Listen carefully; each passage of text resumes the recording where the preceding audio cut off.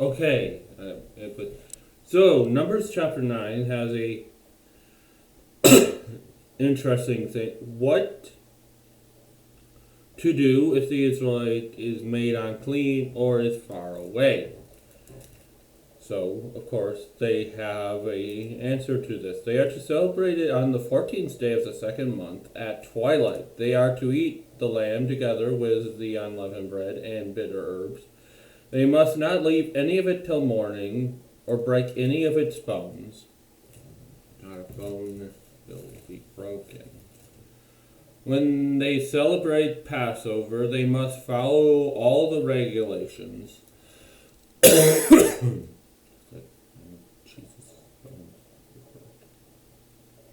If a man who is ceremoniously clean and not on a journey fails to celebrate the Passover, that person must be cut off from the Lord's offering, from his people, because he did not present the Lord's offering at the appointed time. Lord's offering. Interesting choice of words. Almost like it's foreshadowing something. An alien living among you who wants to celebrate the Lord's Passover must do so in accordance with the rules and regulations. You must have the same regulations for the alien and the native born. This has nothing to do with illegal immigration. Stop. Yeah. And also the tabernacle cloud, where every time it got up, they set out. If it didn't, they stayed. When it stopped, they set camp. Very simple process. Sometimes the cloud will only stay a few days. Sometimes the cloud only stayed from evening until morning. Yes, rather the cloud stay for 2 days, a month, or a year, the Israelites would remain in camp and not set out. But when it lifted up, they would set out. So this is talking about how they responded to the actions of this cloud. Very simple thing. Anyway, that's see you next time for trumpets and them leaving Sinai. Yeah.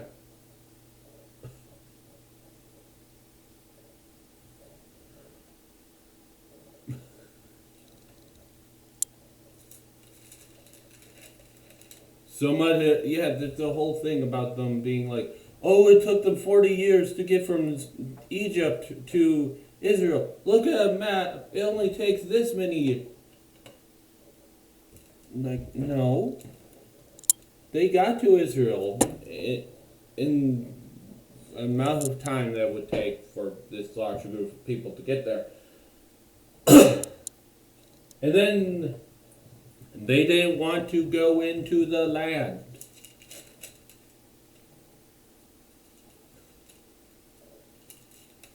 So God sent them back into the desert to wander for 40 years.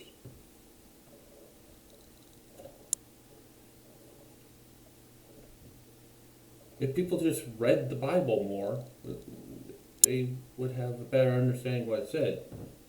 And yes, I do get probably there are some teachers who just don't want to tell this part because they think it may be too complicated for the kids to understand. No, it's not. If you're a Sunday school teacher and you think that's too complicated, it's not. Well, this also could be a misremembering.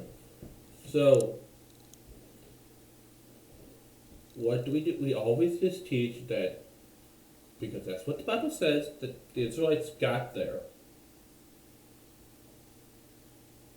rebelled, and then got sent back into the desert. So we should word questions and stuff. How long were the Israelites wandering in the desert after they rebelled for not entering the land of Canaan?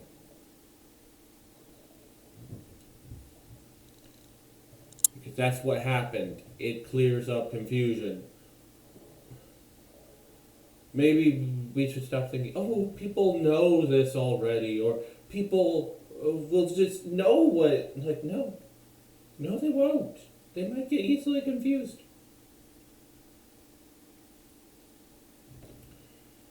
Well, see you next time. Or Leaving of Sinai.